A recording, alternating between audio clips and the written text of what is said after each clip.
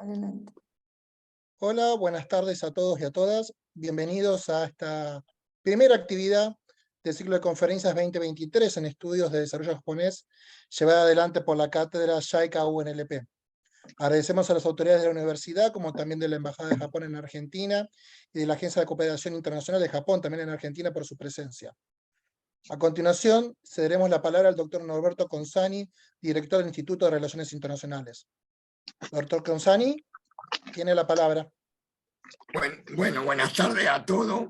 Ya hablé, recién los saludé al señor embajador, a Teneca, me faltaba verlo a Martín, acaba de llegar Martín, y bueno, estamos de alguna manera repitiendo la misma escena del año, la misma reunión de hace un año, cuando se inauguró la cátedra JICA de la UNLP. Para los que no estuvieron en ese momento, es un salto evidentemente cualitativo muy importante para nuestra universidad, porque generalmente la colaboración japonesa siempre había sido con lo que nosotros llamamos ciencias duras, con veterinaria, con ciencia y tecnología en el museo, pero teníamos, digamos, la ciencia social un poco, digamos, relegada en esto, a pesar del enorme trabajo que hizo Cecilia durante más de 20 años con el Centro de Estudio Japonés, ¿no? Bueno, al fin se logró esta cátedra JICA, que ha tenido una actividad muy importante. El año pasado se dieron varias conferencias y cada una de ellas fue bastante concurrida, digamos, mucho interés. Y estamos, desgraciadamente, parece una cosa que dijimos el año pasado, cada vez estamos más cerca, pero ya estamos muy cerca. Estamos en una carrera contra el reloj, porque tenemos que antes de junio presentar, digamos, a la CONEAU, que es la Comisión Nacional de Acreditación y Evaluación Universitaria, el posgrado, la especialización en estudios japoneses. Que bueno, esperamos la colaboración que ya la tenemos de la facultad y de la universidad. Le pedimos al presidente de la universidad, Martín, que haga lo posible para tener aprobada esta carrera, para presentarla a la CONEAU. El plazo vence en junio. Y bueno, si no, hay que esperar otro nuevo año para iniciar la misma. Ya está todo presentado, ya Cecilia ha hecho todos los pasos necesarios para la aprobación, que está muy sólida, pero bueno, es un problema evidentemente burocrático. Así que, de nuevo, además con una particularidad, que tuve la suerte de estar en el despacho del instituto, en la oficina en el IRI, con el nuevo embajador, que la verdad me cayó muy bien, muy simpático, ¿no? Y no lo digo para quedar bien, sino que verdaderamente estuvo ahí, participó activamente, digamos, y bueno, y lo esperamos próximamente. Además lo esperamos que vamos en la casa que donó la familia Oneida, y que inauguramos como habíamos prometido el mes de marzo, 17 de marzo, la inauguramos, y que ha quedado muy bien, con una conferencia. Así que esa casa seguramente va a recibir varias de las conferencias que vamos a organizar durante el año 2023. Así que bueno, son todos pasos muy positivos que se han dado en los últimos tiempos con respecto a la relación de Japón con la Universidad Nacional de La Plata. Así que bienvenidos a todos. Estoy viendo también que hay un número muy importante de participantes, más de 30 personas. Así que, bueno, bienvenido embajador, bienvenido representante de JICA, y por supuesto nuestro presidente, mi amigo Martín Armengol. Saludos a todos. Bueno. Muchas gracias, profesor Consani. A continuación, para las palabras de apertura, le cedo la misma al señor Martín López Amargón, presidente de la Universidad Nacional de La Plata. Profesor Amargón, tiene la palabra. Muchas gracias, Ezequiel. Gracias al doctor Norberto Consani por la invitación. Por supuesto a la profesora también, Cecilia, que siempre está tan atenta, trabajando en todos los aspectos vinculados a la relación entre la universidad y la hermana República de Japón, además del desarrollo, lógicamente, del Centro de Estudios Japoneses en el propio Instituto de Relaciones Internacionales, darle la bienvenida al señor embajador Hiroshi Yamauchi, agradecerle la visita tan cordial que tuvo a nuestra Universidad Nacional de La Plata hace ya algún mes atrás, y agradecerle también, señor embajador, y lamenté no poder acompañarlo a la visita a nuestro Museo de Ciencias Naturales, que sé que estuvo también un sábado a la tarde recorriendo el museo. Espero que haya sido de su agrado y que haya respondido a las expectativas que tenía sobre el mismo. Para nosotros es un honor realmente que usted haya dedicado su tiempo a conocer a nuestro Museo de Ciencias Naturales, que siempre tiene también en esta historia que contaba Norberto una vinculación con JICA particularmente, y con el gobierno japonés. Por supuesto también Hiroyuki Takeda, que lo veo aquí presente, mis respetos y el agradecimiento siempre por toda la colaboración que tiene JICA hacia la Universidad Nacional de La Plata. Y bueno, no quiero extenderme demasiado, pero sí confirmar la importancia que tiene para nuestra Universidad Nacional de La Plata la vinculación permanente con Japón, aquí representada por su embajador y por la JICA. Hay una larga tradición de articulación virtuosa, de experiencias que con total y absoluta tranquilidad, tanto de la Universidad de La Plata como de JICA y del propio gobierno japonés, podemos mostrar y demostrar todo lo hecho, ¿no? Recién el doctor Consani hablaba de la relación histórica, relación con la Facultad de Ciencias Veterinarias y JICA, un proceso virtuoso, un proceso sostenible en el tiempo, en que además de las donaciones de equipo, como fue para la pandemia, la donación específica de un equipo muy necesario para todas las mediciones y poder hacer los análisis para diagnosticar COVID, pero hubo también todo, y hay una historia de capacitación en un intercambio doctoral que tiene hoy a muchos de los graduados en ciencias veterinarias con el título de doctor en ciencias veterinarias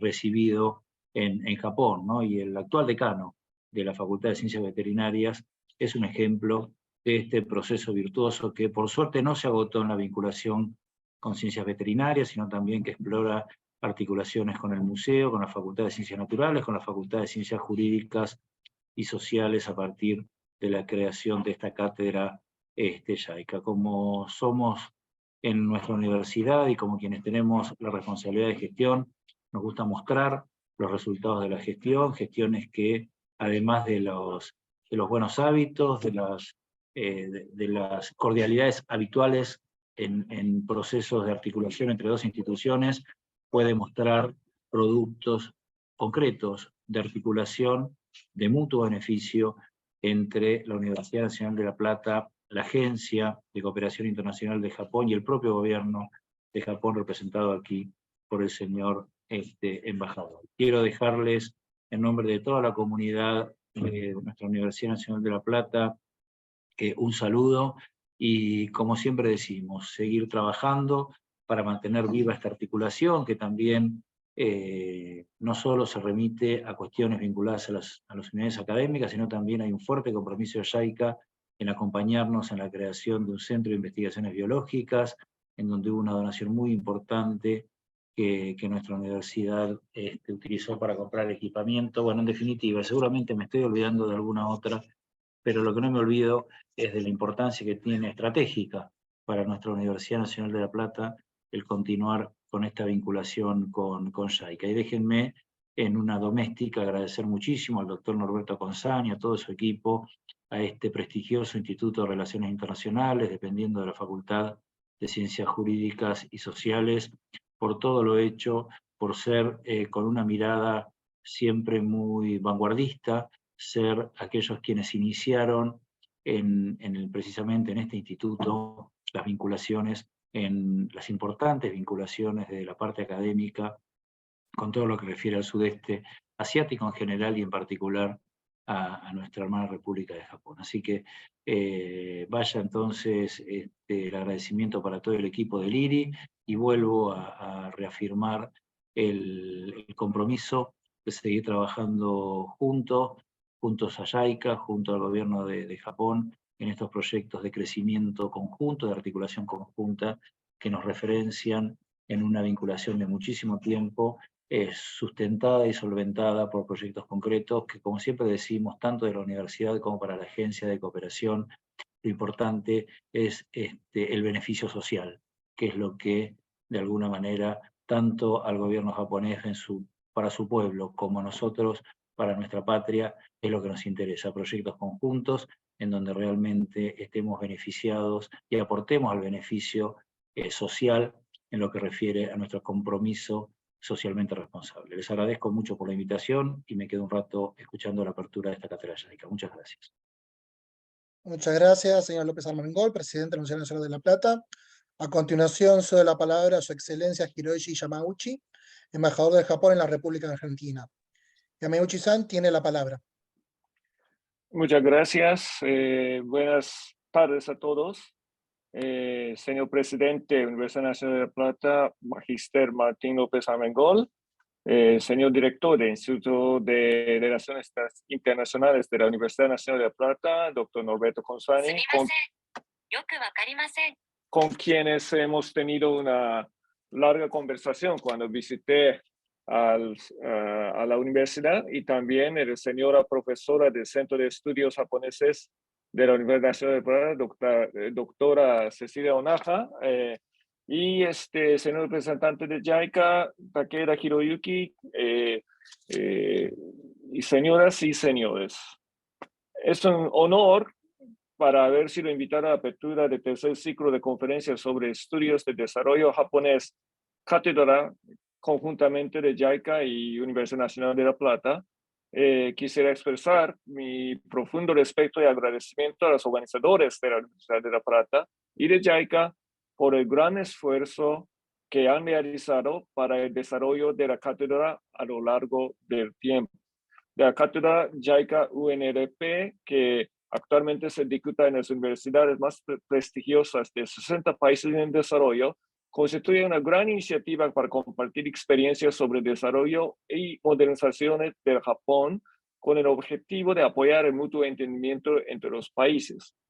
Desde hace ya 2 años, y con la cooperación de JICA, el Centro de Estudios Japoneses ha venido desarrollando la cátedra en la Argentina, organizando seminarios con intelectuales referentes de los estudios sobre Japón, tanto de la Argentina como del extranjero, quienes han aportado sus distintas miradas respecto a de la modernización del Japón.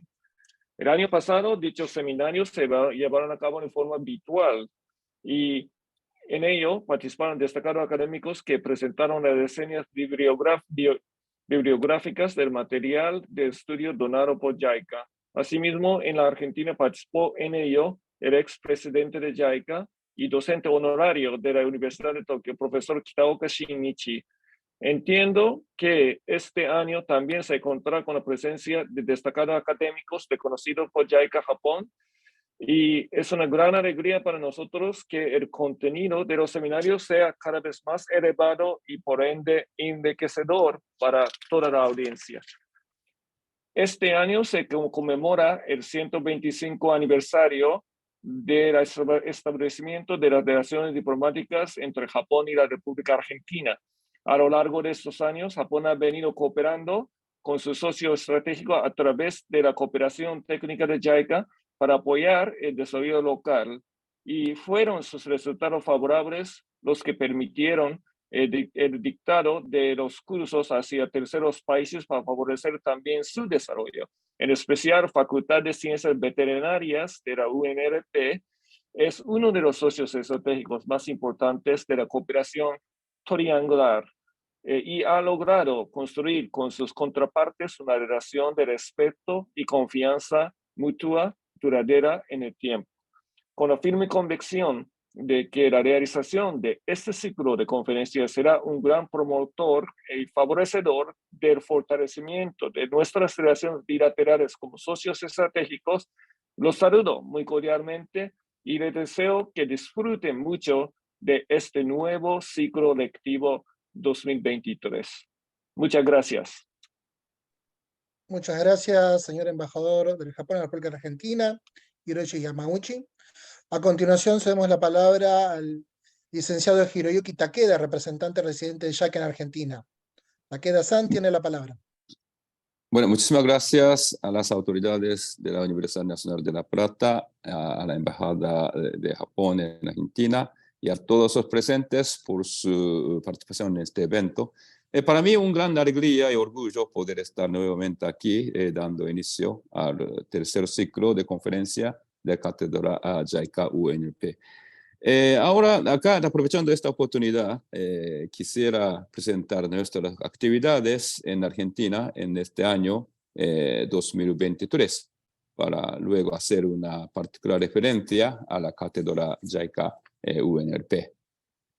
Bueno, este año continuamos con la implementación de los proyectos de cooperación técnica que buscan transmitir tecnologías y conocimientos japoneses en diversos materiales.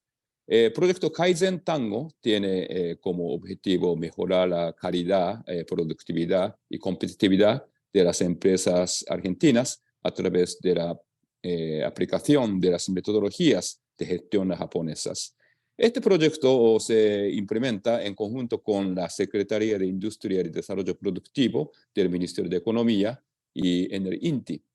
En 2023, el proyecto cumplirá la meta de brindar asistencia técnica a 100 pymes argentinas y 20 consultores del INTI se capacitarán en Japón.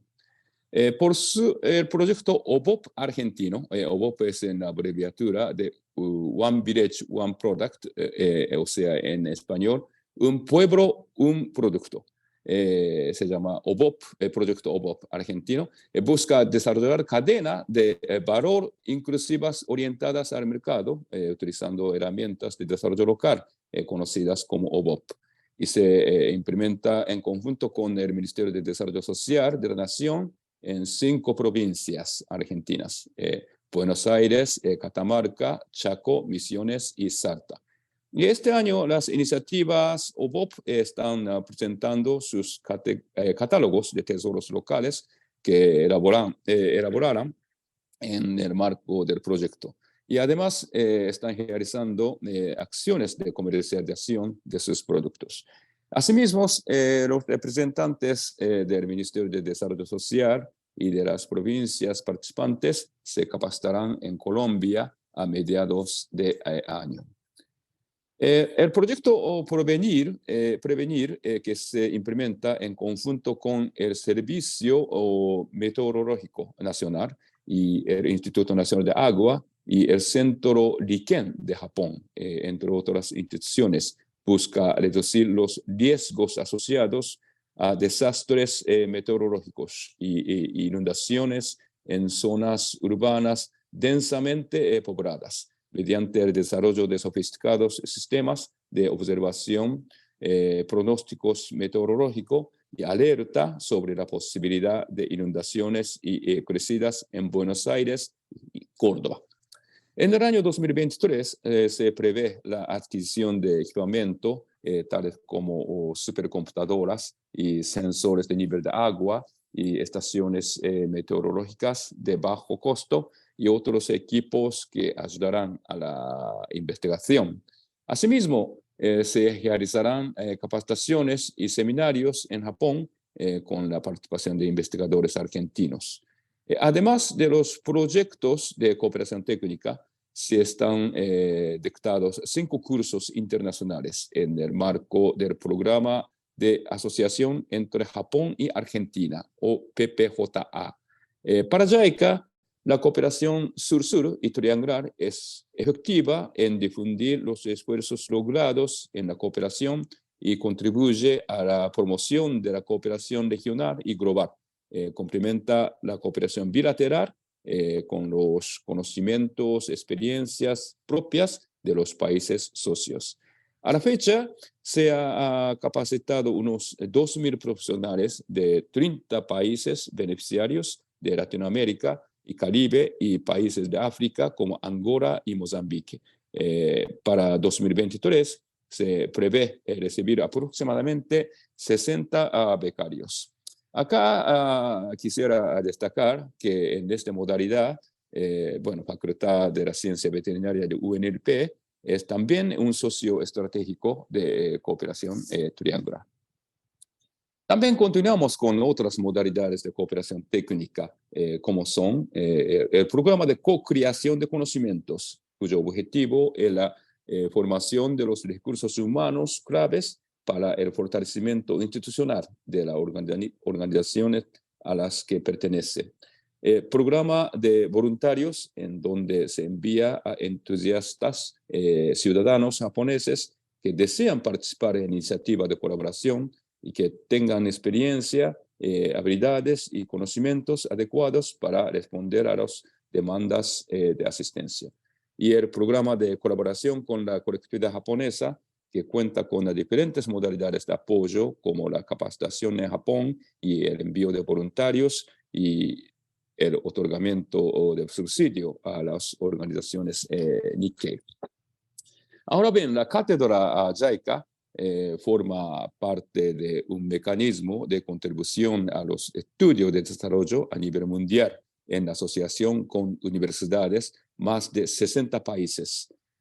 Las actividades incluyen las conferencias breves e intensivas dirigidas por expertos japoneses y de otros países en los campos de política, economía, administración pública, derecho y otros.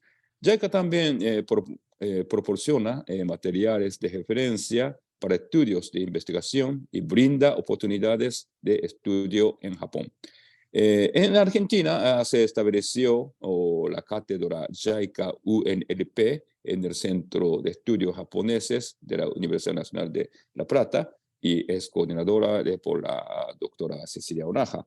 En el primer año, esta cátedra se destacó por brindar 15 encuentros en una amplia variedad de temas, contando con la participación de destacados expositores de Japón, Argentina y España. En segundo año de cátedra se continuaron realizando conferencias virtuales de diversas temáticas con expositores de Japón, Argentina y México. Además, se agregaron las reseñas de libros que fueron donados en el año 2021. Al mismo tiempo, pudimos comenzar las actividades presenciales.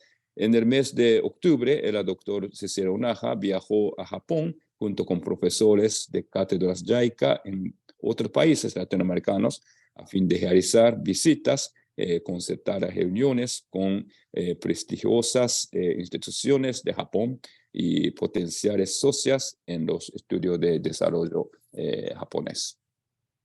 En el mes de noviembre recibimos la visita del doctor Shinichi Kitaoka, ex presidente de JICA y impulsor de los estudios de desarrollo japonés en todo el mundo, quien nos brindó una conferencia magistral sobre la restauración de Meiji y la modernización de Japón en la cierre del ciclo lectivo 2022. Como resultado de la ampliación de actividades y formas de intercambio en el año 2022, logramos tener un total de 360 participantes, no solo de argentinos, sino también de otros países de la región y de Japón. En el año 2023 continuaremos con las conferencias temáticas brindadas por prestigiosos profesores, tanto de Argentina como de Japón y terceros países. Recientemente hemos hecho entrega de la segunda serie de vídeos de modernización de Japón, que incluye temas como aspectos sociales, diplomacias, desarrollo industrial, política monetaria y fiscal, salud y ciencia, tecnología de Japón. Bueno, esperamos que estos materiales contribuyan a los estudios de desarrollo, a la formación de líderes y al conocimiento de Japón en Argentina. Para finalizar, me gustaría retomar las palabras del doctor Kitaoka, en la conferencia realizada en noviembre del año pasado en la Universidad Nacional de La Plata, quien enfatizó que Argentina, junto con México, Brasil, están liderando los estudios de desarrollo japonés en el marco de las cátedras JICA. Estamos muy orgullosos de los resultados vistos hasta ahora y continuaremos trabajando firmemente para fortalecer y ampliar estos estudios de desarrollo de Japón en Argentina. Muchísimas gracias. Muchas gracias, Takeda-san, representante residente de JICA en Argentina. Ahora, a continuación, dando inicio formalmente a esta primera actividad, nos acompaña la doctora Cecilia Onaja, coordinadora del Departamento de Asia y el Pacífico del Instituto de Relaciones Internacionales de la Universidad Nacional de La Plata, que también se desempeña como coordinadora de la Cátedra JICA UNLP. En el día de hoy realizará la conferencia titulada El rol de los emprendedores y el empresariado industrial en el origen del desarrollo japonés, la figura de Eiichi Shibusawa a través del libro de Meshimada. Doctor Onaja, tiene la palabra. Muy bien, muchísimas gracias, buenas tardes. Ante todo, mi agradecimiento al señor Hiroshi Yamauchi por estar presente en esta inauguración. Le agradezco mucho toda la colaboración que usted nos brinda y el personal de la embajada también. Al señor Hiroyuki Takeda por todo el apoyo y la confianza de JICA en nuestro trabajo. Agradecemos a la Universidad Nacional de La Plata, a nuestra casa, a nuestro presidente Martín López Armengol por estar presente hoy en esta inauguración. Y por supuesto siempre al doctor Consani por su aliento y apoyo constante para el desarrollo del Centro de Estudios Japoneses y ahora de la Cátedra JICA Universidad Nacional de La Plata. Les doy la bienvenida en este nuevo encuentro y agradecemos también la presencia de todos, el interés en conocer un poco más acerca del desarrollo japonés. En esta nueva edición del ciclo de conferencias trataremos aspectos económicos y su vinculación con el concepto cultural de trabajo, que ocuparán el eje central de nuestras conferencias durante la primera mitad del año. Al igual que el año pasado, para la apertura he elegido presentar una persona, quien es en Japón una figura clave en el proceso de transición hacia el mundo moderno. Voy a compartir ahora pantalla con ustedes para ver algunas ilustraciones al respecto. Esperemos que pueda. Sí. Bien. En esta oportunidad, a partir de la vida de Eiichi Shibusawa, presentada a través del libro de Masakazu Shimada, recorreremos los momentos más significativos en el inicio de la modernización. Para puntualizar algunas características que adquirió este proceso, en especial en Japón. En general, desde la perspectiva de los países en vía de desarrollo, la atención suele dirigirse a otros aspectos de la historia económica. Por ejemplo, los zaibatsu, grandes conglomerados económicos que atraen demasiado la atención por sus dimensiones, dando quizás una idea errónea sobre lo esencial del desarrollo japonés. Mi área de trabajo es la historia y los estudios culturales, y visto desde esta perspectiva, tal como lo puntualizara de algún modo Yoshio Sugimoto, no son precisamente el motor de la economía japonesa estos grandes conglomerados, sino existe un mucho más amplio sector que es menos visible, que son las pequeñas y medianas empresas japonesas las que lo impulsan realmente. Lo obvio suele ser invisible a los ojos de sus protagonistas y se les suele restar importancia. Pero en elementos simbólicos, como lo pueden ser las ilustraciones que se eligen, por ejemplo, para identificar los billetes de circulación monetaria, vemos el peso simbólico que para la dirigencia japonesa tienen ciertas personas. Da la casualidad que el año pasado inicié el ciclo presentando un libro de la selección mencionada por el señor Takeda también, sobre Fukuzawa Yukichi, un intelectual y político nacido también en la era Tokugawa, que fuera una figura influyente en el proceso de modernización del Japón, pero que curiosamente no formó parte de la élite gobernante, sino que eligió pararse en la oposición y desde la opinión pública y la educación contribuir muy activamente al proceso de construcción del Estado moderno. Miren, es tan importante su figura que actualmente ilustra el billete de más alta denominación que circula en Japón, el de 10.000 yens. Bien, este comentario viene muy bien para nosotros. A ver si puedo... Ay, perdón. Ahí estamos. Aquí tienen el billete de 10.000 yens. Viene bien para nosotros, los argentinos, hacer algunos comentarios al respecto. Este billete fue emitido por primera vez el 1 de diciembre de 1958, año de mi nacimiento. Y desde entonces constituye el de más alta denominación en Japón. En ese momento, la figura elegida para ilustrar este billete fue el príncipe Shotoku, una personalidad destacada de los comienzos del nacimiento del Estado japonés antiguo en el siglo VII de nuestra era. En 1984 fue cambiado por la figura de Fukuzawa y desde entonces y hasta el año próximo lo seguirá siendo. Entonces será reemplazado precisamente por la figura de quien nos ocuparemos el día de hoy, Shibusawa Eiichi. Es decir, que hasta el presente, durante 65 años, ha sido el billete de más alta denominación.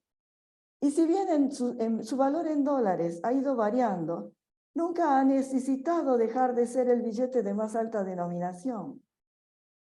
Puesto en otras palabras, a nosotros, además, lo que nos llena de asombro es esta larga duración en cuanto a la estabilidad de la moneda. Porque inclusive, si alguien me hubiera regalado cuando yo nací hace 65 años un billete de 10.000 yen, en ese momento solo hubiera podido comprar 38 dólares. Y hoy, con el mismo billete, 65 años después, podría comprar 75. ¿No es suficientemente evidente este comentario para considerar la importancia de estudiar el desarrollo japonés? De una economía basada en la producción de arroz, como lo fue hasta el fin de la era Tokugawa en 1868, a una economía capitalista que desde su adopción plena hasta hoy han transcurrido algo más de 150 años. Ya las transformaciones son más que asombrosas. ¿Por qué nuestros países se han desarrollado en forma tan diferente? Las explicaciones culturalistas hoy ya no son suficientes, y el recorrido que haremos a través de la vida de Shibusawa nos va a dar pistas que nos pueden acercar a esa posible respuesta. Limitarnos simplemente a una cuestión de supuestos valores, entre comillas, negaría el sentido de estar hoy aquí hablando.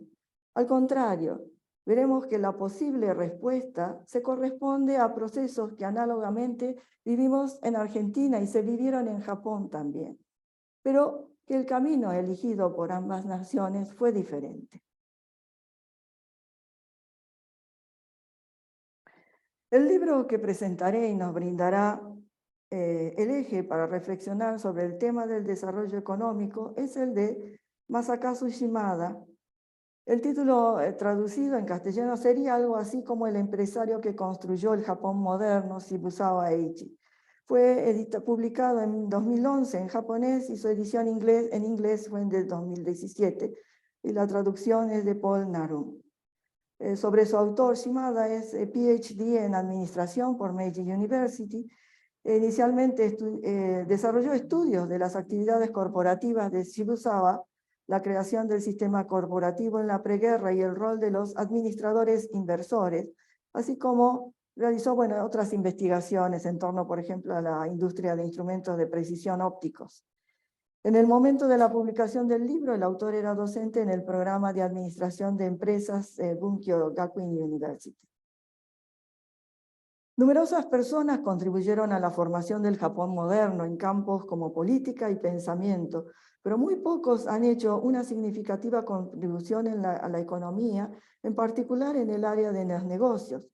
En ese sentido, Shibusawa Eiichi fue una excepción. De acuerdo con el economista Takao Tsuchiya, quien es considerado como el experto líder en los estudios sobre Shibusawa, este ganó una reputación como líder supremo del capitalismo japonés, con la impresión general de haber sido un líder de noble espíritu y desinteresado, quien concibió la integración de la moral y la economía a través de la ética. Sin embargo, comparados con los fundadores, por ejemplo, de grandes compañías como Iwasaki Yataro de Mitsubishi o Honda de Honda Motors, etc., con muchas historias acerca de sus vidas, en el caso de Shibusawa no se le ha dado la misma importancia. Shimada señala que esto fue quizá porque no fundó empresas que aún sigan existiendo en el presente.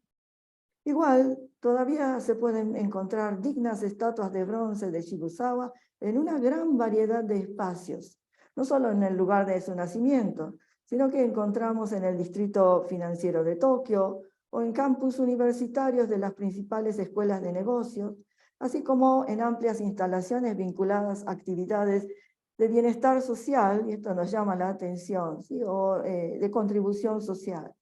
Ninguna otra figura destacada del Japón ha tenido tantas estatuas de bronce. Constituyen la prueba concreta de cuántas y cuán amplia fueron las áreas en donde las ideas y acciones de Shibusawa fueron consideradas merecedoras de ser recordadas.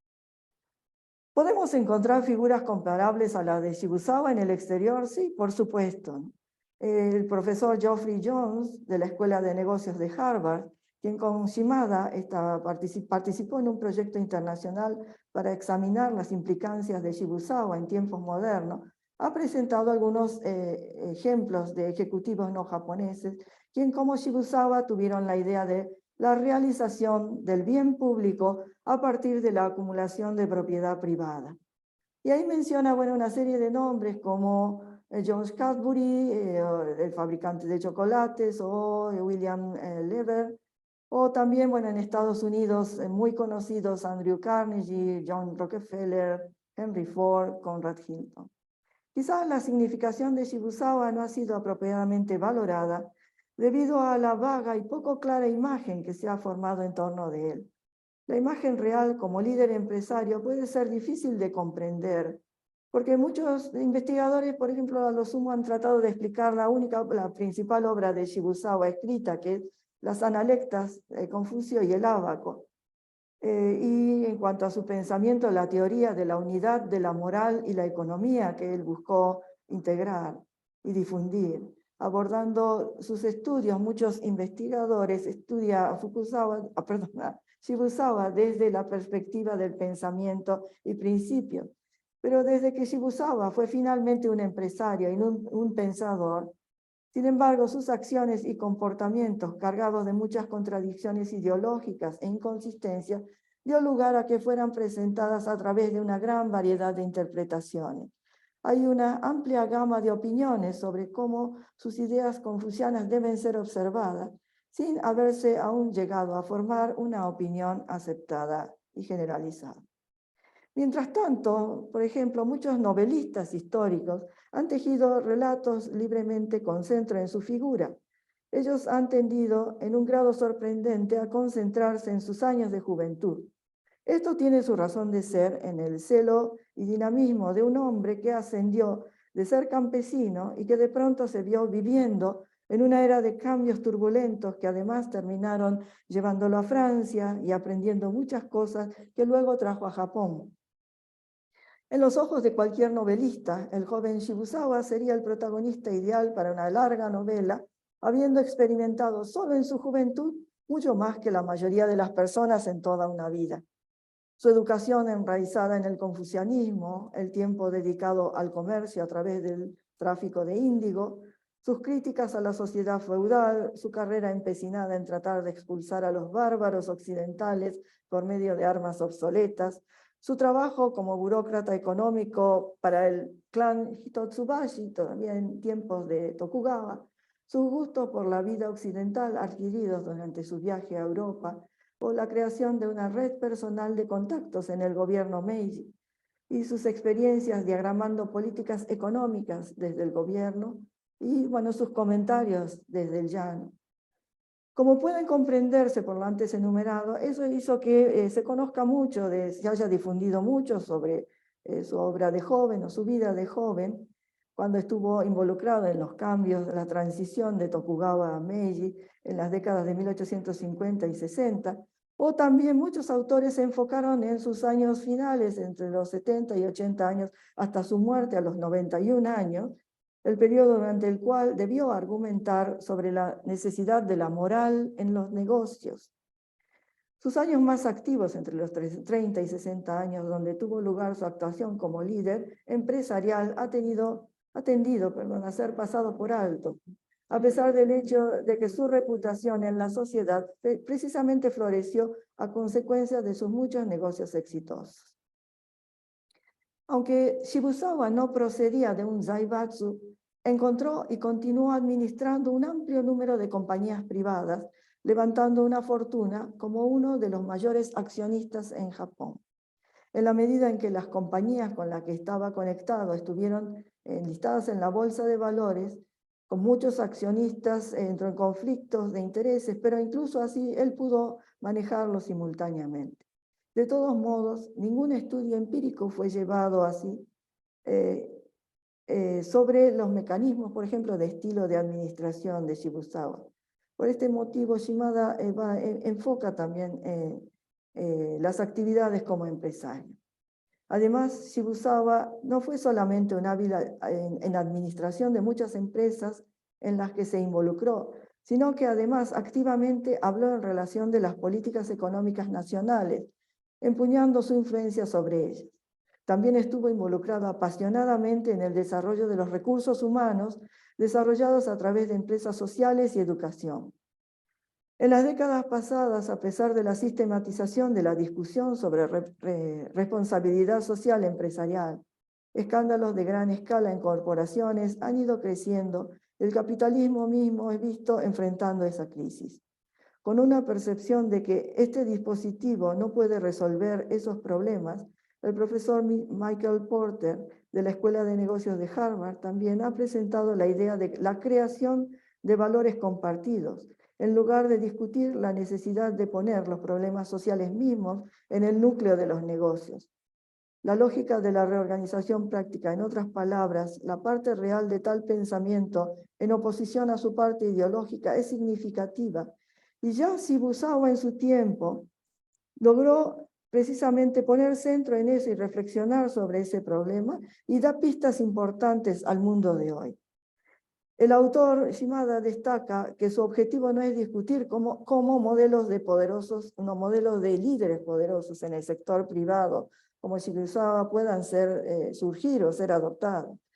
Incluso el modelo de Japón, que se quedó atrás de Occidente en el establecimiento de una economía capitalista, y le fue posible de algún modo controlar un excesivamente fuerte gobierno y fuertes zaibatsu, brinda importantes pistas y una perspectiva extremadamente significativa sobre la cuestión de cómo los países emergentes, donde los gobiernos y el equivalente de los zaibatsu son todavía fuertes, pueden encontrar su posición correcta en el sistema global postcapitalista. Y aplazar esta reflexión, este tema, solo mantendrá la vista fuera de su posible solución.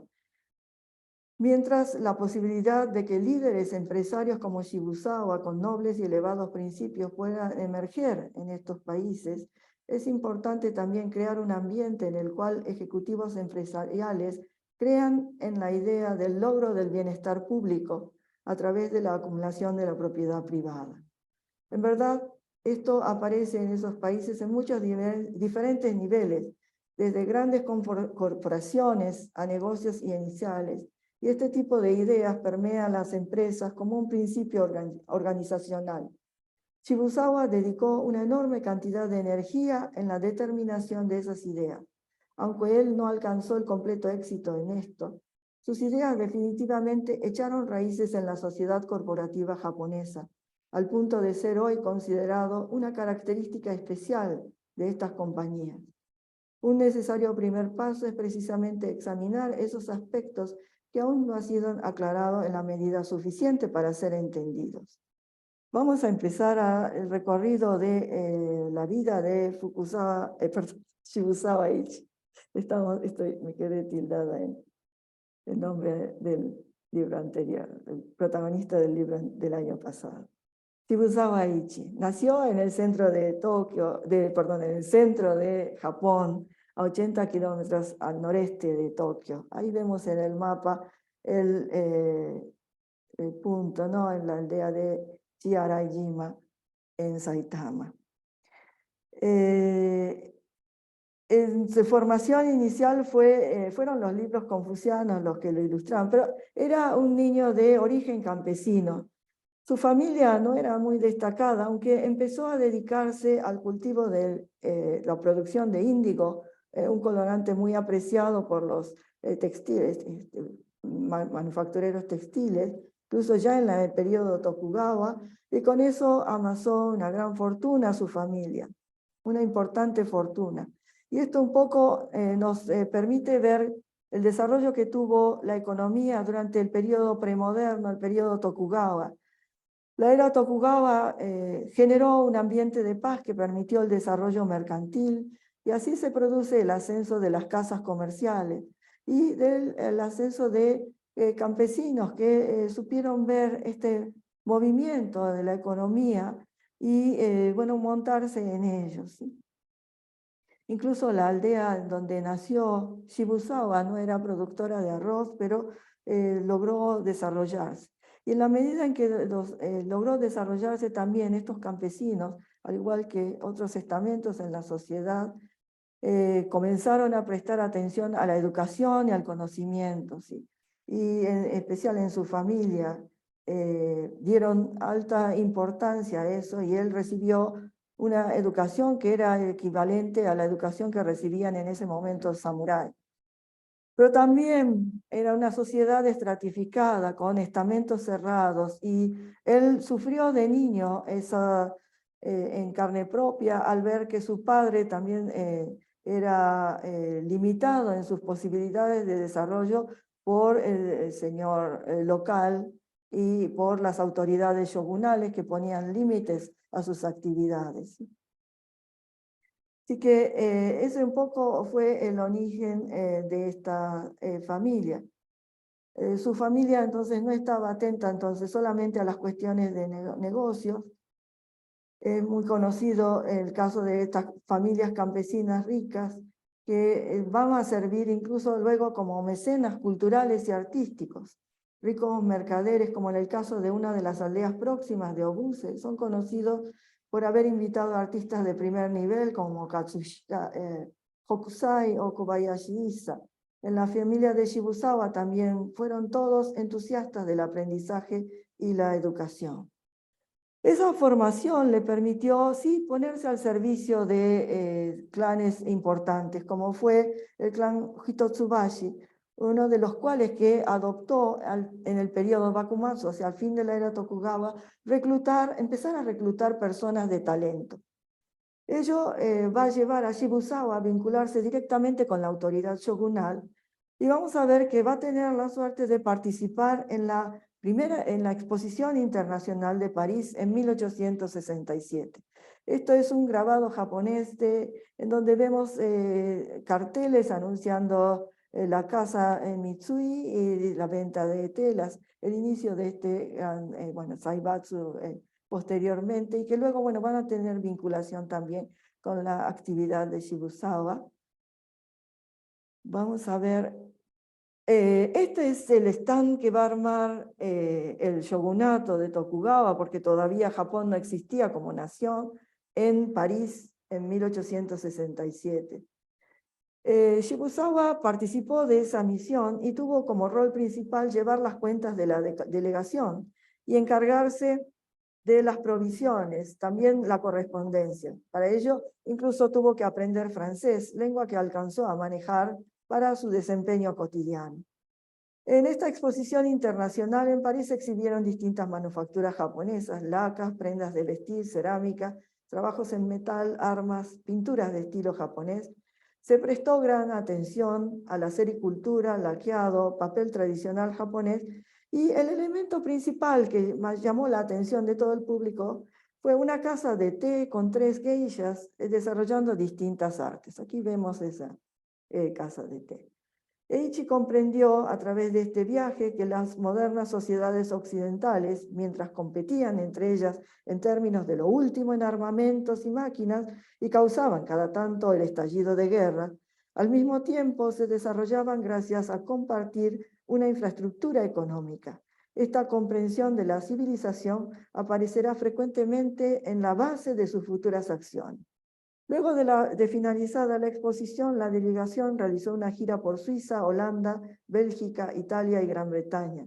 Se dedicaron a ver principalmente fábricas de armamento, entrenamiento de cuerpos militares, pero Shibusawa prestó atención más a cómo los líderes políticos nacionales, por ejemplo, también eran buenos representantes de ventas de sus productos, viendo la diferencia con sus pares asiáticos. Una de las conclusiones que sacó es lo indispensable para un Estado moderno de adquirir habilidades en la manufactura moderna en base al acero. El recorrido por los países europeos se realizó por tren y allí se dio cuenta de la importancia de este medio de transporte. Por eso su interés en el desarrollo de ferrocarriles luego va a ser muy importante. Uno de sus comentarios tras esta experiencia fue que que él no era inteligente ni tenía estudios, tampoco quiso entrar en la política, pero al mismo tiempo pensó en qué sería de lo que debía hacer y que sería un desperdicio regresar a Japón y volverse agricultor otra vez. Pensando en qué podría hacer para el servicio de la nación, profundamente reflexionó y decidió llevar a Japón la práctica de permitir a cada persona poder dar lo mejor de sí en un trabajo acorde a sus habilidades y conocimientos. Fue así uno de los primeros japoneses en adquirir esta experiencia y a diferencia de sus pares cuya atención se centró en cuestiones políticas, él se interesó en el campo de la industria moderna y cuestiones de negocios prácticos. Temas como el estatus social de los industriales y comerciantes, banqueros y de la industria del acero fueron de su atención. Aprendió en Europa y, sobre los industriales y aunque no se sabe con precisión dónde ni cómo, también estudió sobre los negocios por acciones.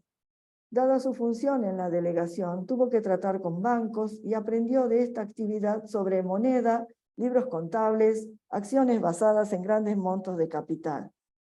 Así toma conocimiento, por ejemplo, también de que el zar de Rusia, quien asistió a París y donó la gran suma de 100.000 francos obtenida como premio de una carrera de caballos, la donó a familias pobres locales.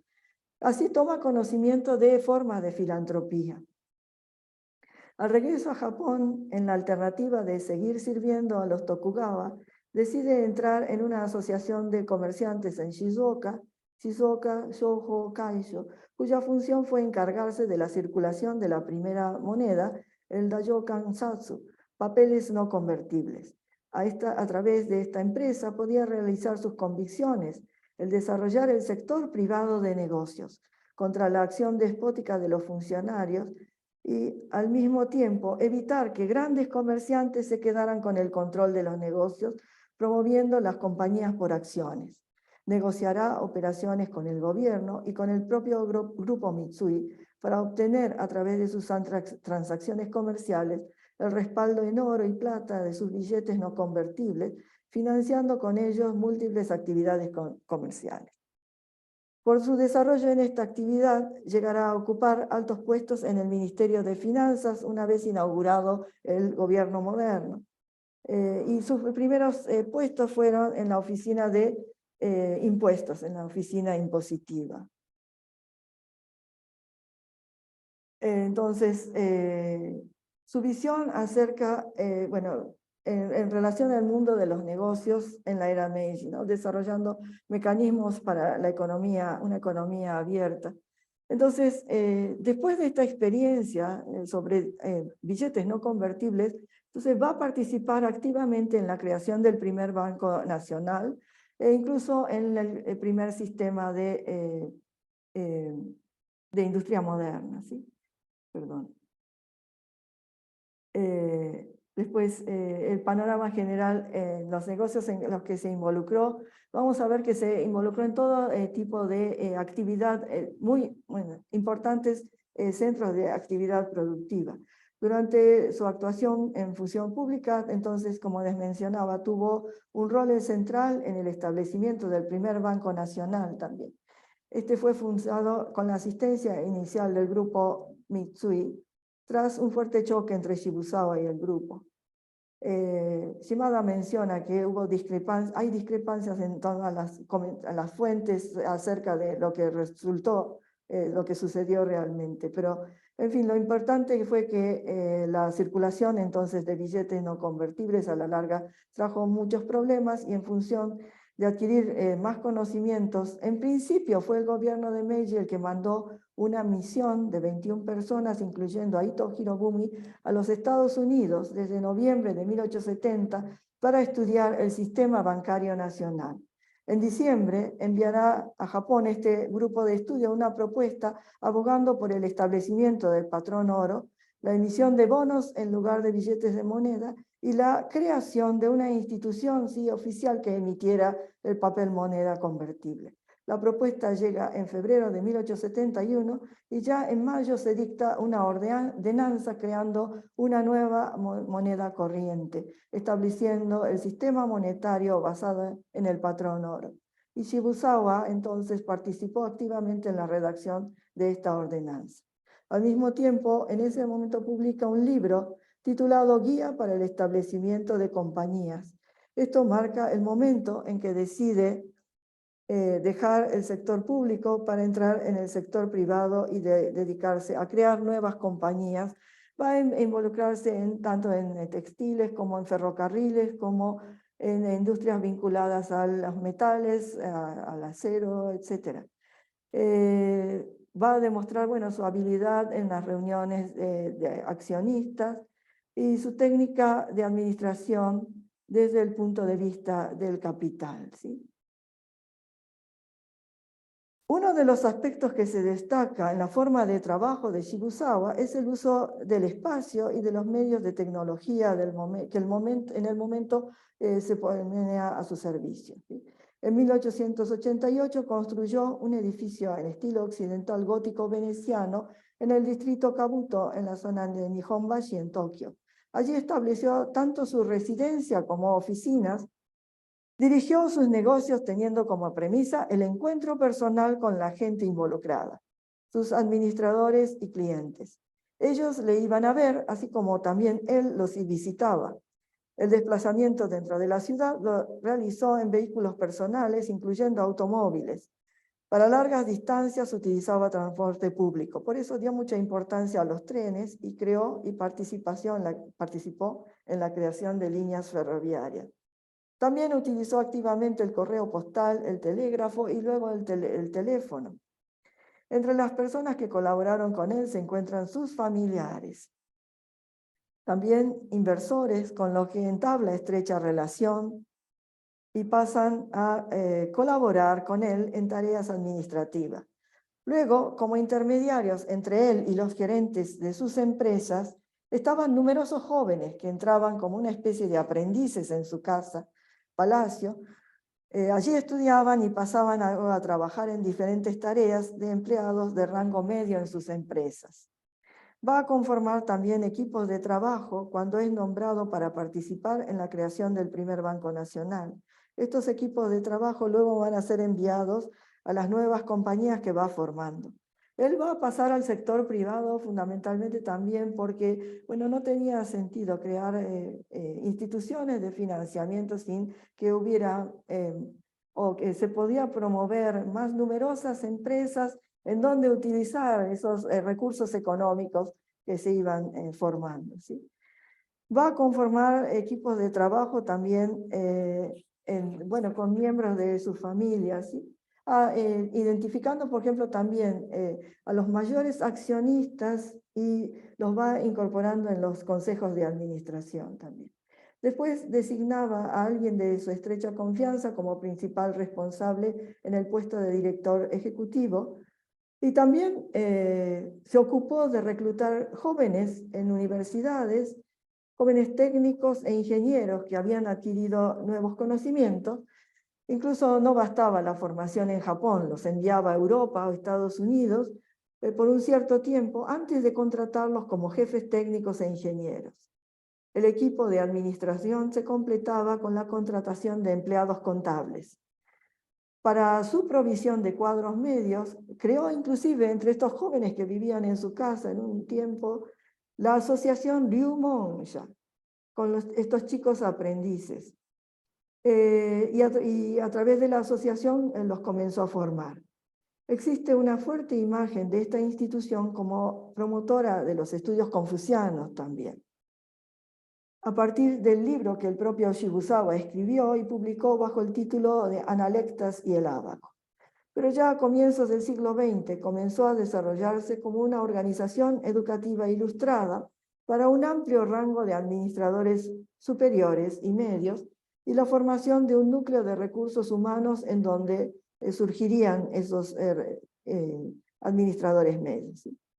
Respecto de su familia, en un primer momento entonces él utilizó familiares directos, pero poco a poco fueron ocupando segundos puestos, algunos fueron dejados de lado inclusive. ¿Sí? Los que van a ocupar un rol importante van a ser precisamente esto de la creación de una nueva familia. Shibusawa se refiere a sus yernos, a sus hijos políticos. ¿Sí? En un primer momento estuvo su primo a su lado, Shibusawa Kisaku, ¿no? Pero van a ser sus yernos, Hosumi Nobushige, abogado, y va a ser destacado estudioso, catedrático en leyes de la Universidad de Tokio, y esposo de su hija mayor, y luego Sakatani Yoshiro, esposo de su segunda hija, que era especialista en administración, quienes van a ocupar los principales puestos en la administración de la familia. Para ver, bueno, qué importancia le daba al conocimiento y la capacidad de cada uno. Incluso por malos manejos, su hijo mayor, Tokuji, termina siendo desheredado por el consejo familiar. Inmediatamente, bueno, del desarrollo de esta familia más extensa, va a administrar todos sus negocios a través del consejo familiar y que va a ser el órgano de decisión de las inversiones y negocios de la familia. Quien va luego a sucederlo como en cabeza de su grupo económico va a ser su nieto, Keizo, hijo de Tokuji, quien va a dirigir los destinos de la familia hasta después de la Segunda Guerra Mundial. Aquí tenemos la foto de Eiichi, va a fallecer en el 31, y de Keizo. Aunque Shibusawa había renunciado a su puesto en el gobierno para entrar en el sector privado, no cortó toda su relación con lo público. Siguió involucrándose, haciendo comentarios y tomando acción en relación con la política, particularmente económica, si era necesario, en especial defendiendo la autoconfianza e independencia del sector privado. Shimada centrará sus observaciones al periodo comprendido entre la guerra sino-japonesa y ruso-japonesa, que coinciden con el momento de auge de sus actividades empresariales. Después de la guerra sino-japonesa, Japón se vio en medio de una situación de cambio. La vinculación activa en el orden internacional lo ponía frente a la cuestión de la adopción del patrón oro, la renegociación de tratados desiguales, la introducción de capitales extranjeros. Sobre esto último, la introducción de capitales extranjeros, su realización implica la preparación de las condiciones para su ingreso, incluyendo la necesidad de la revisión de la Ley de Establecimiento del Banco Industrial de Japón, así como la aprobación de la Ley de Nacionalización de Ferrocarriles, la Ley de Fideicomiso de Bonos Garantizados y otras leyes vinculadas, por ejemplo, como la Ley de Bonos Garantizados del Ferrocarril. El triunfo en la guerra y al mismo tiempo la necesidad de más recursos para el ejército se vincularon con estas cuestiones centrales de la economía. La primera emisión de bonos en el exterior fueron bonos de guerra por un total de 43 millones de yenes en 1897, colocados en el mercado de valores de Londres con pleno éxito. Luego comenzaron a emitirse bonos en el exterior más ampliamente, aunque con diversos resultados. y frente a un debate interno sobre conveniencia frente a la posición de la política de Matsukata de reducir la importación artificial de capital al mínimo. Shibusawa apoyó la introducción de capital extranjero para el sector privado como medio de aliviar la escasez de recursos. El gobierno también consideró lo mismo, pero Shibusawa no estaba de acuerdo en que se empleara para gastos del gobierno en expansión militar o cubrir las reducidas reservas de oro. La nacionalización de los ferrocarriles a comienzos del siglo XX tenía el sentido de medida contra la recesión económica, también de proveer al sector privado de capitales a través del pago de bonos internos. Con la nueva depresión económica de 1901, ya no hubo más remedio que la compra de los ferrocarriles. Próximos a la guerra contra Rusia también, pero por motivos diferentes, el ejército impulsó su nacionalización. La ley de nacionalización fue promulgada en 1906. El monto a ser pagado fue extremadamente favorable para los accionistas, quienes recibieron bonos públicos por un valor de más del doble del valor de sus acciones. Es interesante esto, ¿no? Porque era para proveer entonces al sector privado que había invertido sus capitales en los ferrocarriles, ¿no? De volver a tener recursos económicos para seguir desarrollando su producción. La ley de bonos garantizados del ferrocarril, en la que Shibusawa estuvo activamente involucrado, vino a poner en claro, por ejemplo, el alcance de los derechos de los accionistas extranjeros. Los bonos emitidos serían sobre la garantía de bienes de producción involucrados en el servicio y no el aspecto total de la administración de ferrocarriles. El flujo de capital extranjero, finalmente, favoreció una ola de establecimientos de nuevas compañías tras la guerra ruso-japonesa, pero al mismo tiempo la dependencia del capital extranjero significó una dura carga.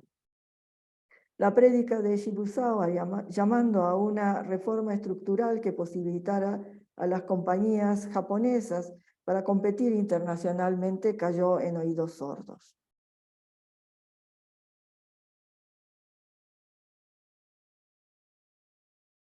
Contribución a la construcción nacional a través de empresas sociales y públicas. Shibusawa no ignoró los problemas sociales que el desarrollo industrial conllevaba. Así, participó en alrededor de 600 organizaciones sociales y públicas, en los campos de la moral y religión, la educación comercial y de negocios, en la educación femenina, otras actividades educativas, académicas y culturales. Tuvo un especial interés en la educación práctica. También realizó un apoyo activo a la educación para la mujer, apoyando a la Universidad Femenina de Japón, fundada por Naruse Jinso en 1901, y estableció la Sociedad por la Promoción de la Educación de las Jóvenes, junto con Ito Hirobume, siendo su quinto presidente. Promovió la creación de la Universidad de Comercio, entre ellas la actual Hitotsubashi University, la Escuela Superior de Comercio de Tokio, fundada en 1875 como escuela privada, conocida inicialmente como Business Training School, de William Coxwell Whitney como su director. Este había ocupado inicialmente el mismo cargo en el Trenton Business School de New Jersey. Y luego esta Escuela de Comercio, Superior de Comercio, pasó a depender del Ministerio de Agricultura y Comercio. Insistió mucho en elevar las escuelas superiores iniciales al rango de universidad, porque era necesario el estudio y actualización de conocimientos para progresar. En el pensamiento de Shibusawa se señala que al preguntársele si los negocios son centrales o periféricos, para él era importante, eran centrales. Su deseo era hacer al país próspero con los negocios como principal actividad y la política y lo militar asistiéndolo. Su idea de nación era aquella que era liderada por el sector privado y promovía los desarrollos de los recursos humanos acordes a este propósito. Al momento de su retiro, identificó 3 actividades que no había podido tener éxito, en las que, quedaron pendientes pero en las que se involucró activamente. La integración de la economía con la moral, la armonización de la relación entre capital y trabajo, la integración de medidas de ayuda a los pobres. Sobre el primer punto se involucró en la llamada Asociación Concordia, que fue adquiriendo cada vez más carácter religioso y no era a lo que él apuntaba. Su pensamiento estuvo signado más bien por su base confuciana. La virtud del gobierno es como el viento, mientras la del pueblo es como la hierba. De modo que creía que aquellas personas en puestos superiores debían desarrollar correctas enseñanzas, las que debían ser dadas al pueblo. El segundo objetivo lo vehiculizó eso de la armonización entre capital y trabajo, ¿no? Que creó una sociedad de cooperación y el Shuyodan. Esta sociedad fue creada en 1919, inmediatamente después de la Primera Guerra Mundial, en una institución en la que confluían lo gubernamental y lo privado. En esos momentos, la atención de la sociedad estaba puesta sobre las cuestiones de trabajo por el estallido de la Revolución Rusa y el rápido desarrollo de los sindicatos obreros. Esta sociedad fue creada a partir de la idea de que el viejo paternalismo debía ser reemplazado por un nuevo tipo de colaboracionismo para adaptarse a los cambios de los nuevos tiempos. Si bien Shibusawa menciona el logro de la armonía a través de una comisión con representación por igual de ambas partes, administración y trabajo, o capital y trabajo, la participación de los trabajadores ya entre los propios miembros, hubo dos posturas. Una por la consideración de la unidad entre trabajo y administración y la otra que proponía un tipo de colaboración.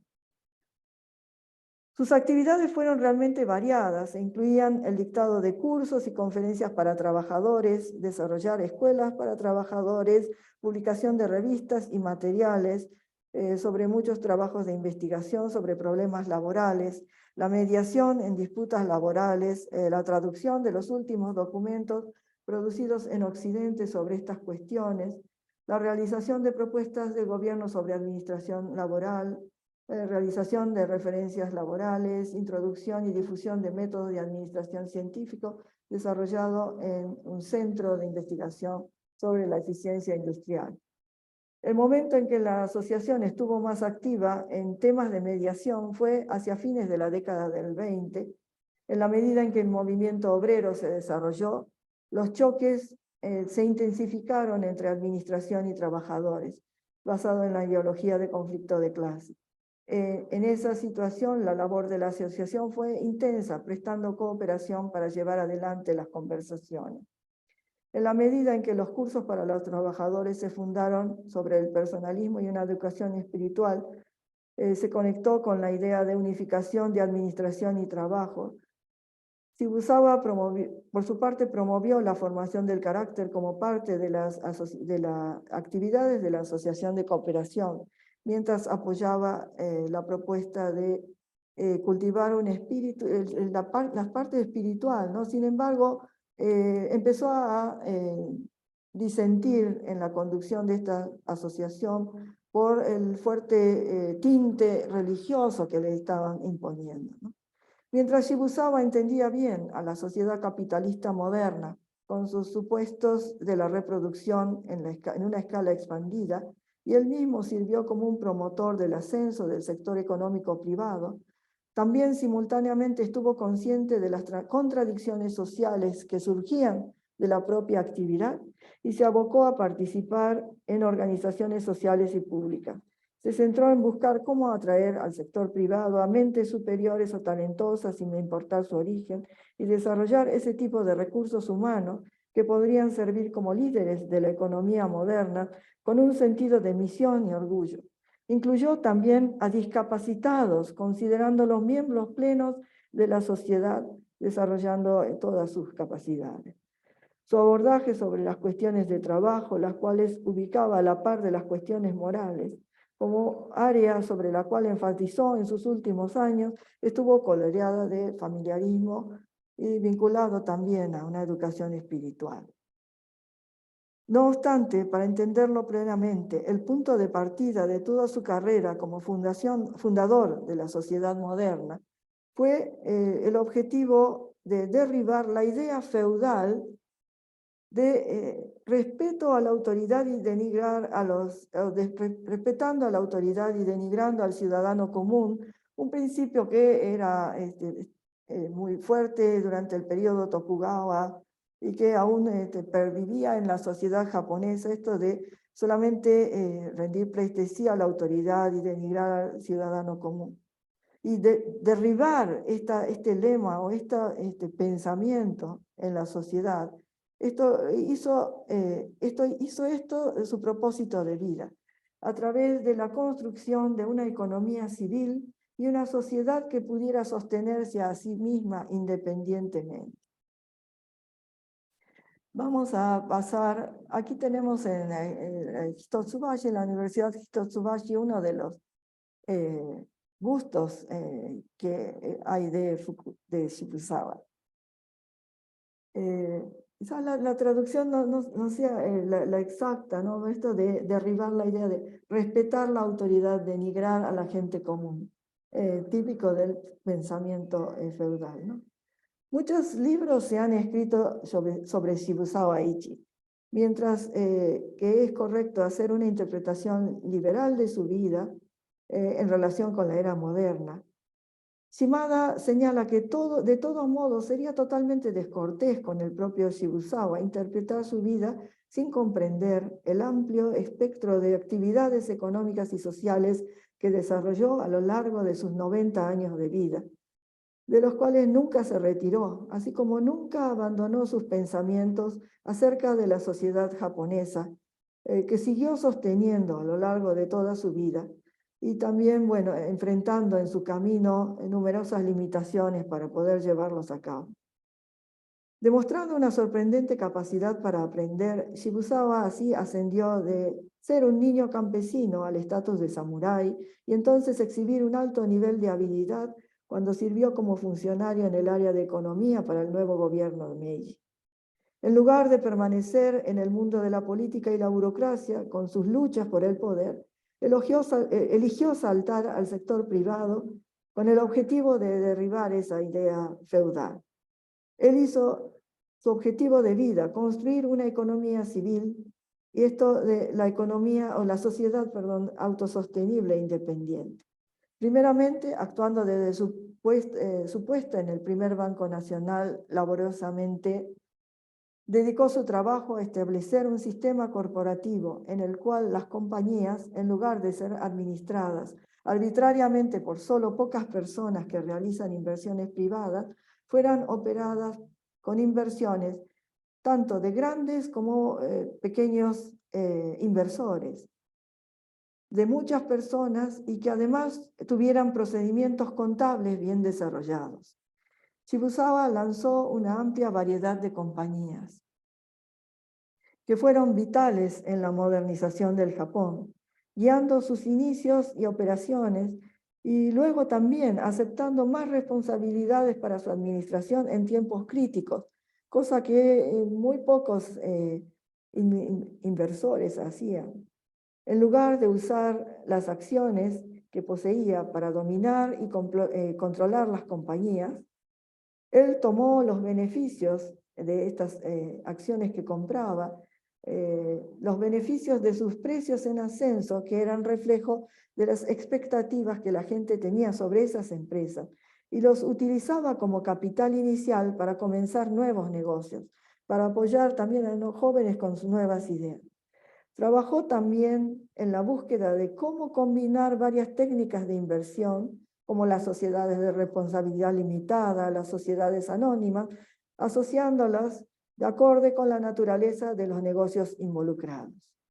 Para poder Shibusawa operar simultáneamente muchas compañías, necesitó de la cooperación de varios tipos de administradores de negocios, como aquellos quienes podían tomar riesgos e invertir agresivamente en áreas inexploradas o desconocidas, así como tipos de administradores más puros descubiertos localmente a través de una variedad de canales, a quienes podría promover de gerentes locales a directores de compañía.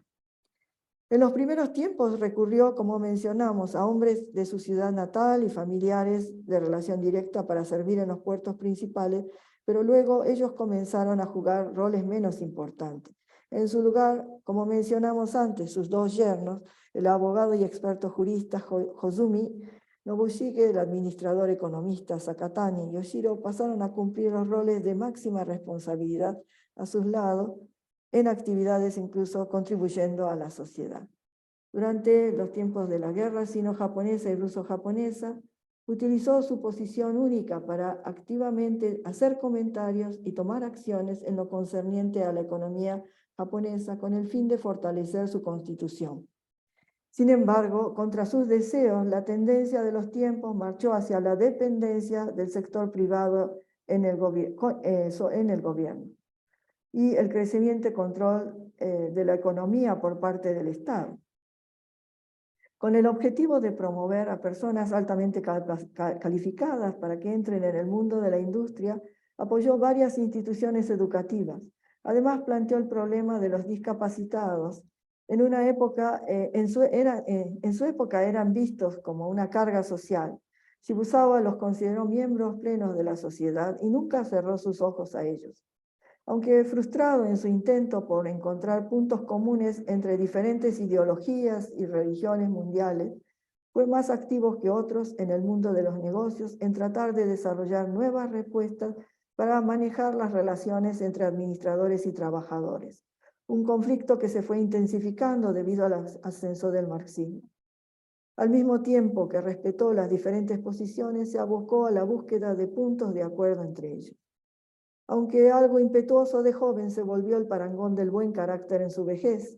Nunca vaciló ante los muchos problemas que tuvo que enfrentar. En ese sentido, uno de los objetivos del libro fue mostrar a los lectores de dónde provino esa energía. Armado de juventud y celo, destacadamente tomó acción en un momento en que el Japón enfrentaba el caos y las dificultades de la modernización, sincronizando sus propias actividades con sus ideas acerca del curso que el Japón debía tomar, y fue intrépido frente a las fricciones y a lo desconocido. A través de su vida continuó explicando al público acerca de las virtudes, hablando al público acerca de virtudes, como lo correcto y lo equivocado, la justicia, la convicción y el honor. A veces lo hacía con humor, a veces expresando enojo hacia la sociedad. Para resumir su mensaje, la gente debía ser conectada, no por pérdidas y ganancias, sino por los principios correctos y el entusiasmo para llevarlos a la práctica. Esto es lo que él consideró verdaderamente importante. En 1931 sufrió una grave enfermedad que lo llevó a una operación quirúrgica y el 11 de noviembre de 1931 murió a la edad de 91 años. A su muerte, un emisario imperial fue enviado de la Casa Imperial y los servicios fúnebres tuvieron lugar en el Aoyama Funeral Hall de Tokio, con su nieto Keizo encabezando las honras fúnebres. Desde su residencia en Asukayama hacia el lugar de su tumba en Aoyama, decenas de miles de personas alineadas en las calles se presentaron para ver el cortejo fúnebre, entre los que se incluían niños de escuela primaria, estudiantes mayores de los establecimientos con los cuales había tenido vinculación, así como personas comunes. Al final, la sociedad que intentó crear a través de su larga vida no pudo ser lograda completamente. Él mismo no fue un ser humano perfecto, pero incluso así, su verdadero valor reside en su búsqueda de nuevos horizontes y su continuado pensamiento y acción, a pesar de repetidas frustraciones y muchas veces enfrentando una dura oposición. Como persona que creó un modelo corporativo, esto es interesante, ¿no? Como un modelo corporativo diferente de los Zaibatsu y una visión de la sociedad como un todo. Nunca dudó de sus creencias acerca de que la sociedad no podría crecer a menos que estas ideas de respeto solo a la autoridad y desprecio a las personas comunes no desaparecieran. Y se creara un mecanismo por el cual la energía también se acumulara en toda la población y en el sector privado. Para las personas que viven en la era moderna, con una abrumadora, en la actualidad, ¿no? Con una abrumadora sensación de callejón sin salida, adquirir la habilidad de pensar en el todo y tomar una acción positiva adecuadamente podría ser de ayuda para encontrar un camino por el cual avanzar. Así, bueno, Shimada finaliza con esta última apreciación que yo suscribo también, porque es muy interesante. Empezamos a encontrar muchos elementos que tienen que ver con también, bueno, nuestra realidad. Y, bueno, recomendar la lectura de este libro creo que es importante porque podemos obtener, a partir de su lectura, propuestas para seguir estudiando el capitalismo japonés y su desarrollo, y buscando las particularidades que adoptó el régimen capitalista en Japón. Una de ellas que yo señalo, que me interesó, es por ahí prestar más atención a los problemas del capitalismo desde otra perspectiva diferente de la presentada por el marxismo. También poner la atención en los debates frente a lo que llamamos libertad y frente a lo que destacamos en nuestra sociedad y valoramos como igualdad. Cómo una sociedad basada en principios individualistas como la sociedad occidental, en la cual, bueno, también nuestra sociedad argentina forma parte, ver también, bueno, cómo una sociedad en donde la cooperación está en la base de su conformación cultural y su desarrollo, y en la que la gente común es la protagonista, enfrenta y enfoca, ¿no? Y las soluciones que le da a estos problemas que diariamente nos presenta el capitalismo. Bueno, para terminar mi presentación, y con esto termino de compartir pantalla. Espero que haya sido, bueno, más o menos claro e interesante la presentación. Voy a hacer una recomendación que puede ser un poco trivial, y disculpen por finalizar el encuentro con esta observación, pero para aquellos que como yo somos, no somos expertos ni entendemos demasiado sobre este mundo de las finanzas, existe un escritor argentino que se llama Hernán Cassiari y que tiene una conferencia TED en Montevideo que realizó en junio de 2017. No sé si algunos siguen a este escritor, Hernán Cassiari, pero bueno, los invito a ver esta conferencia TED titulada Mi hija quiere entender el sistema financiero. Conociendo la trayectoria del señor Cassiari, es muy interesante porque él es uno de los que propone esto de la realización de importantes proyectos individuales y particulares con el apoyo de muchas personas individuales, muchas veces anónimas, ¿no? Que deciden apostar y apoyar esa propuesta y luego, bueno, repartir sus beneficios obtenidos por el resultado de esos negocios entre todos sus accionistas, ¿sí? Esta actitud del señor Cassiari es muy interesante porque es poco común en Argentina, ¿no? Ver estas iniciativas. Por supuesto que seguramente hay, tal vez tenga que ver con mi ignorancia, pero lo recomiendo y con esto, bueno, esta observación de que aquí en Argentina tenemos personas que comparten la perspectiva de Shibusawa Eiichi y del valor que tiene el ver sus ideas, el revisar sus ideas para, bueno, reflexionar también sobre nuestros problemas, creo que es muy importante. Bueno, sin más, yo dejo mi presentación aquí. Y no sé, Ezequiel, si hay algunas preguntas, si no, la idea del encuentro de hoy estaba programada para hasta 19:30, una hora y media, pero si hay preguntas todavía disponemos de espacios, ¿sí? Bueno, antes que nada, bueno, muchas gracias, doctora Naja, por su presentación. Y obviamente a los asistentes, invitarlos a consultar tanto la página oficial del Instituto de Relaciones Internacionales como las redes sociales del departamento, en Facebook, Twitter o Instagram, para hacer seguimiento a las actividades de la Cátedra JICA UNLP. Seguramente en los próximos días ya vamos a estar elevando el calendario de las próximas actividades a lo largo de este año. No sé si alguno de los presentes tendrá alguna consulta, pregunta que quiera hacer a la doctora Onaja.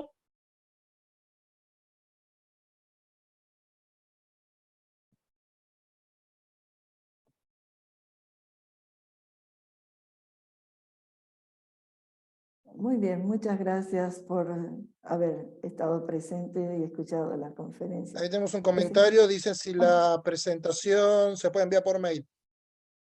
Seguramente esto va a ser subido a las redes, también a la cuenta de YouTube con la que cuenta el instituto. Entonces próximamente cuando ya esté cargado se va a notificar.